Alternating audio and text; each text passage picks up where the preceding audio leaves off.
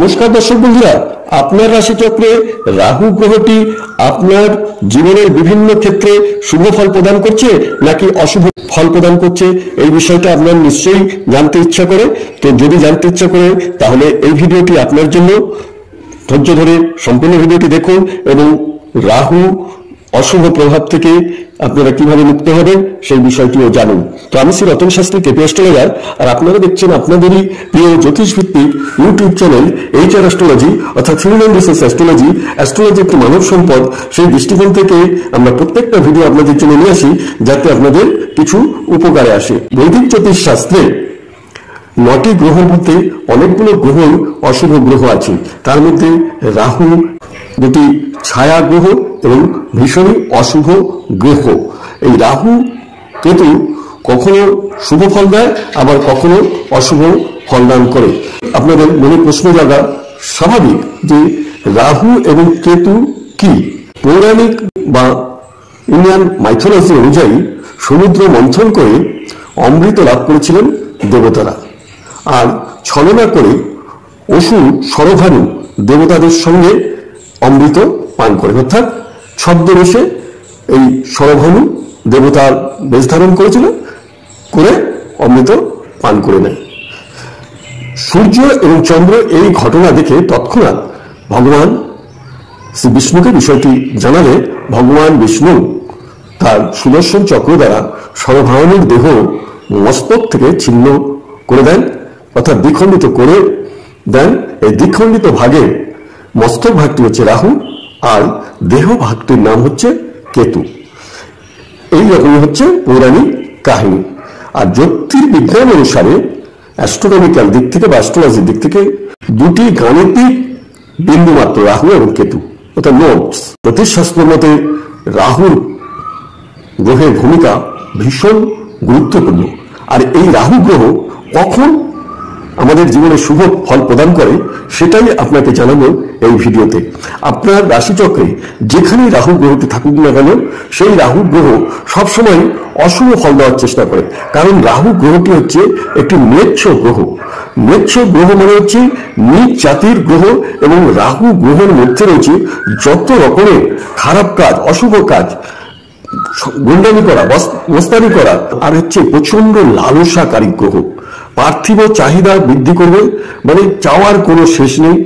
রাহু গ্রহ হচ্ছে একটা ইলুশন তৈরি করে, একটা মায়াবী গ্রহ, যেটা মরিচিকার মতো আপনাকে সেই পথে, জুয়ার পথে নিয়ে যাবে, জুয়া খেলাবে, মদ খাওয়াবে, অর্থাৎ সমস্ত রকমের খারাপ কাজ, অশুভ কাজ, নীচ কাজ, লোকে যে কাজগুলোকে নিন্দা করে সেই ধরনের কাজ করাই হচ্ছে রাহু গ্রহ।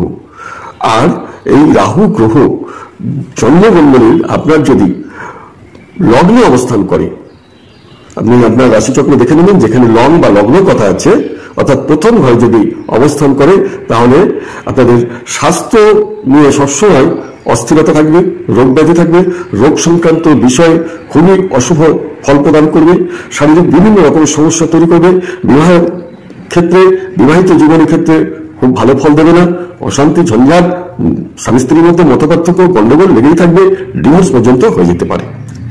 আসলে এই নেগেটিভ দিকগুলো আগে আমি বলে নিচ্ছি। এবং রাহু গ্রহের একটা গুরুত্বপূর্ণ ট্রানজিট হতে যাচ্ছে আগামী 17 মে 2025।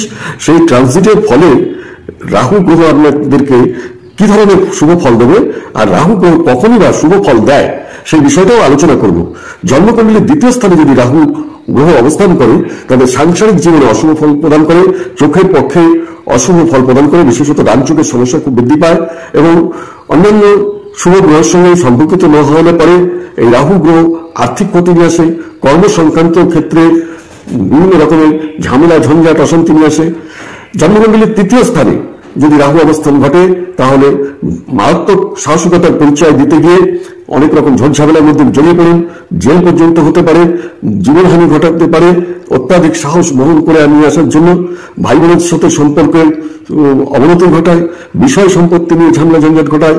চতুর্থ স্থানে রাহুর অবস্থান কারণে জাতককে বোকা বোকা আচরণ এবং বিদ্যায় বাধা এবং প্রতারণাপূর্ণ কাজে লিপ্ত হওয়ার সম্ভাবনা থাকে। চোর, চিটিংবাজ, বদমাস, এই ধরনের ব্যক্তি হয়ে থাকে। পঞ্চম স্থানে রাহু থাকলে পরে সন্তান সম্পর্কিত বিষয়ে অশুভ ফল প্রদান করে এবং হৃদরোগের সমস্যা আসে। ষষ্ঠ স্থানে রাহু অবস্থানে দীর্ঘদিন জীবন দান করে এবং আর্থিক ঋণের বোঝা থেকে কোনোভাবেই ঋণ থেকে মুক্ত হয় না। ঋণের পরিমাণ দিনের পর দিনে বেড়ে চলে, ঋণ করিয়ে ছাড়ে, জীবনযাত্রার মানের মধ্যে নিম্ন স্তরের জীবনযাত্রা যাপন করতে হয়, কর্মক্ষেত্রে অশুভ ফল প্রদান করে, শত্রু উপদ্রব বৃদ্ধি পায়, রোগ ব্যাধি বৃদ্ধি পায়। সপ্তমে রাহু থাকলে পরে বিলাসবহুল জীবনযাপন করতে গিয়ে ধার দেনার মধ্যে জড়িয়ে পড়ে এবং বিদেশি বা ম্লেচ্ছ জাতীয় বা নিচ জাতে বা অসম কাস্টের মধ্যে, ইন্টার কাস্টের মধ্যে বিবাহ হওয়ার সম্ভাবনা থাকে। তা নিয়ে বিবাহিত জীবনে অশান্তি আসে এবং ফ্যামিলি অন্যান্য ব্যক্তিরা এই বাধা দেয়, এই বিবাহতে ভালো চোখে দেখে না। বিবাহিত জীবনে নানা ক্ষেত্রে সমস্যা আছে, ডায়াবেটিস জাতীয় রোগের সম্ভাবনা থাকে, আধিভৌতিক অধিভৌতিক সমস্যার ভোগার সম্ভাবনা থাকে, অ্যাক্সিডেন্টও ঘটায়।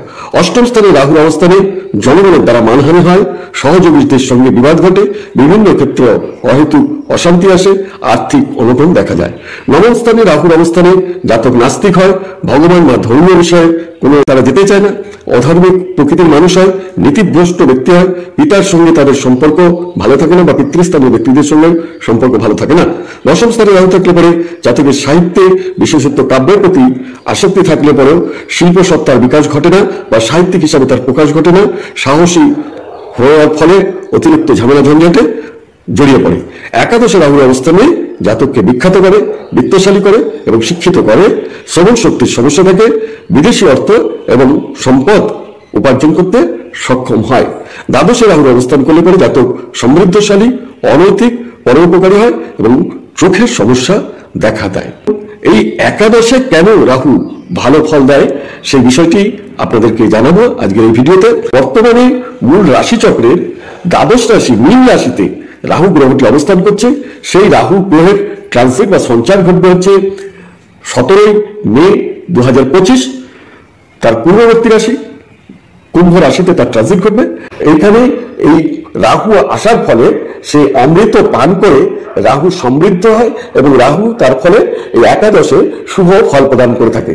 তার ফলে এই আগামী 1.5 বছর রাহু ট্রানজিটের ফলে কুম্ভ রাশিতে অবস্থানকালীন সময়ে বা 12টি রাশির যেখানেই জন্মকালীন সময়ে রাহু অবস্থান করুক না কেন, এই রাহুটা আগামী 1.5 বছর কুম্ভ রাশিতে অবস্থানকালীন সময়ে এই ট্রানজিটের ফলে আপনাদের একাদশের যে ফল প্রদান করবে, অর্থাৎ রাহু অশুভ তো কাটিয়ে শুভত্ব অবস্থায় থাকবে। তার ফলে আপনাদের যাদের রাহু শুভ ভাবস্থা আছে তাদের শুভ ফল প্রদান করবে এবং যাদের অশুভ ভাবস্থা আছে তাদের কিছুটা হলেও শুভ ফল প্রদান করবে। অর্থাৎ আগামী 1.5 বছর এই রাহু আপনাদের শুভ ফল প্রদান করবে এবং রাহু কখন শুভ ফল প্রদান করে সেই বিষয়টা আপনারা নিশ্চয়ই বুঝতে পারলেন। তো যদি রাহু আপনার রাশিচক্রে খুবই অশুভ থাকে তাহলে আপনাদের চঞ্চলতা বৃদ্ধি করে এবং বিভিন্ন দিকে ক্ষতি সাধনের চেষ্টা করে। সেই জন্য আপনাদেরকে একটু স্থিরতা আনতে হবে। এই স্থিরতা আনবার জন্য আপনারা সকালবেলায় রোজ 10 মিনিট করে ধ্যান করুন বা মেডিটেশন করুন, অথবা আপনারা কোনো রক্ষাকালীর মন্দিরে গিয়ে বা দক্ষিণাকালীও হতে পারে বা যেখানে জায়গায় দৈনিক যেখানে পুজো হয়, কালী মাতার পুজো হয়, সেই কালী মন্দির থেকে আপনারা জবা ফুল নিয়ে এসে আপনারা দৈনিক মাথায় ছোঁয়াবেন এবং বা দৈনিক ছোঁয়ানো সম্ভব না হলে পরে একটা ফুল এনে রেখে দেবেন, সেই ফুলটি বাড়িতে দৈনিক ছোঁয়াবেন এবং সেটা যখন শুকিয়ে যাবে জলে ভাসিয়ে দেবেন, পুনরায় আবার নতুন ফুল দিয়ে এসে আপনারা মাথায় ছোঁয়ান। রাহুর অশুভ প্রভাব অনেকটাই কেটে যাবে এবং আপনাদের আগামী দিনগুলো শুভ ফল প্রদান করবে রাহু। তো এই ছিল আজকের ভিডিও।